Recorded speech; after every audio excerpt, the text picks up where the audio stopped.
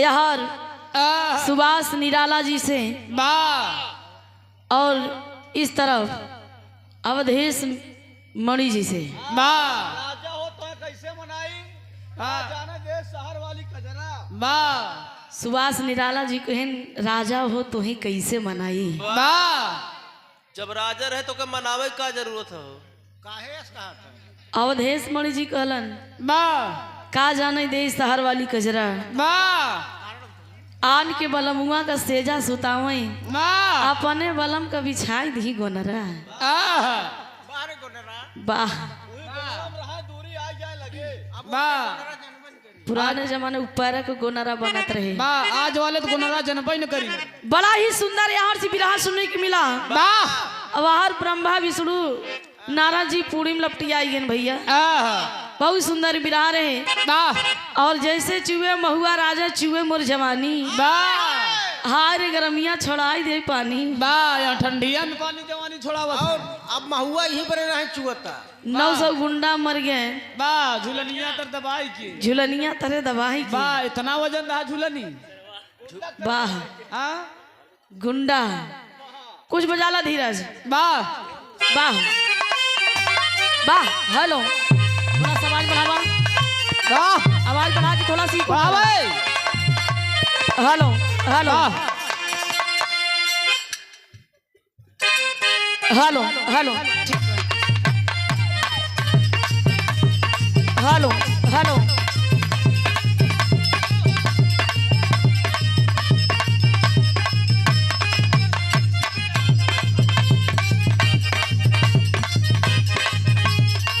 बहुत अच्छे।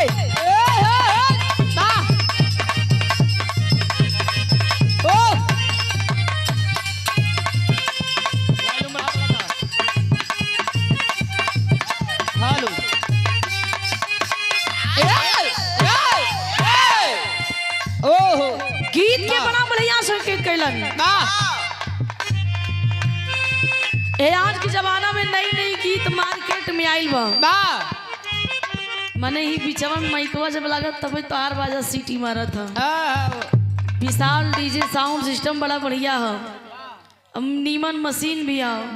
ऐसे बढ़िया इनके घरवा वाली वाह मशीन तगड़ी है।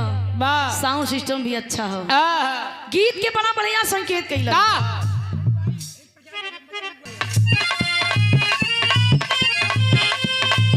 कोनो लगी अपने भौजाई से कहे कि हमार शादी बियाह बड़ा नीमन बर खोज के कैलू हा।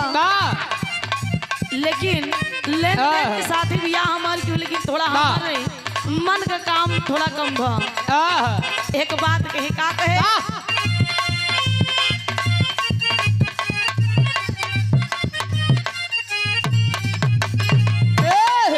यह कहे हम पानी सातारा बलमुआ 23 साल के।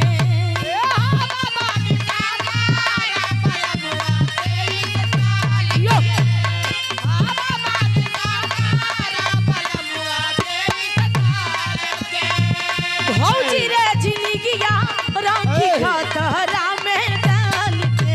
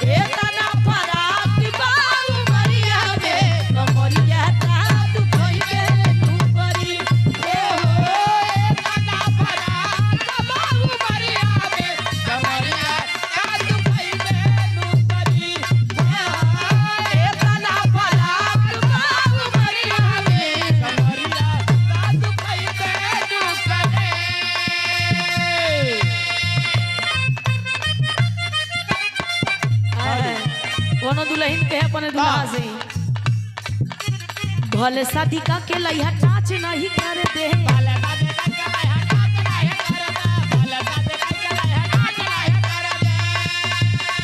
मिली ना जवाब तबला देह नहीं धर दे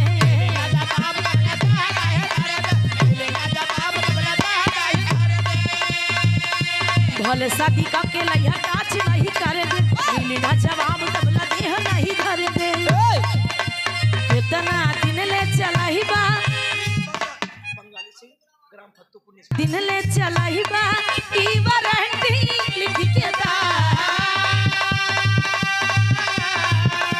कितना दिन ले चला ही बा ई वारंटी लिख के दा कमर डैमेज नहीं करबा ई गारंटी लिख के दा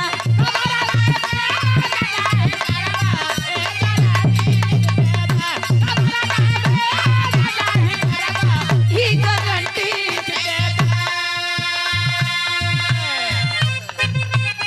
हाय हाय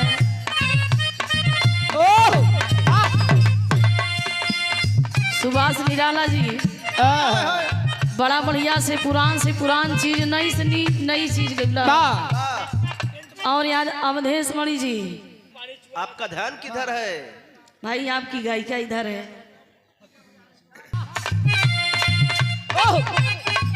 हाय हाय कोनो दुल्हन अपने दुल्हा से कहे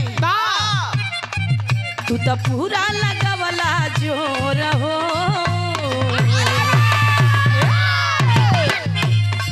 तू तो पूरा लगवला जोर हो कहिया हमारी कमजोर हो पूरा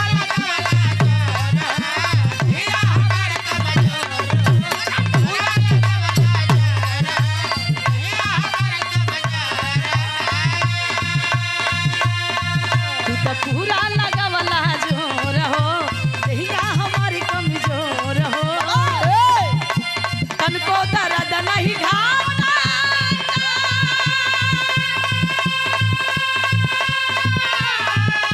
तन को दर्द नहीं घाटा बाधा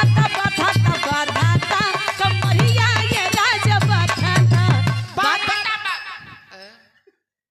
ऐसे रहे वीडियो में आवाज जो दादा परेशान है दादा कब से परेशान हैं? अरे तो भाव हो चाहिए ना हाँ। दादाजी खड़ा हो दादा साहब उम्र 55 हाँ दिल 55 हो वाह भाई उम्र ये शरीर बुढ़ा हो जाता है लेकिन मन बुढ़ा नहीं होता है तन बुढ़ा हो जाता है लेकिन मन बुढ़ा नहीं होता है वाह एक अभिया से परेशान होने की तनिक नाचा भाई अपने कला का प्रदर्शन करा नाच पतर की जान लेबे का अरे तनको दर्द नहीं घाटा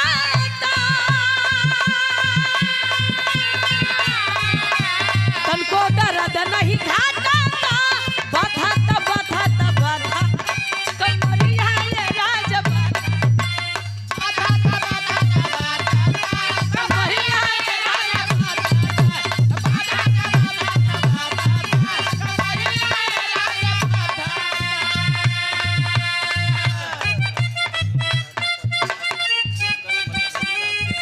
हेलो और ये हमारे फिर से लगाए दो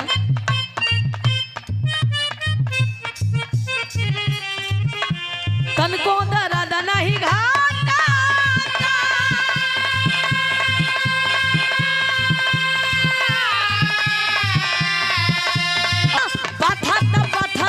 बाधा कमरिया ये राजा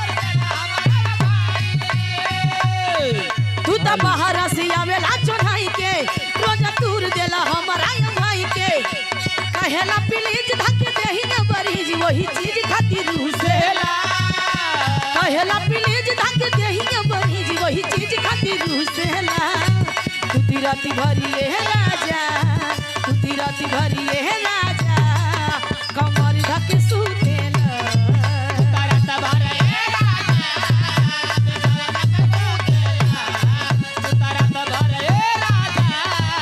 बिछावना पे मुतेला माने ये हम बोले हाँ कमर धके सुतेला हमारे सुने में आज बिछौना पे मुतेला दुल्हन एक बार कहे बा कमजोर बानी जी बल जोर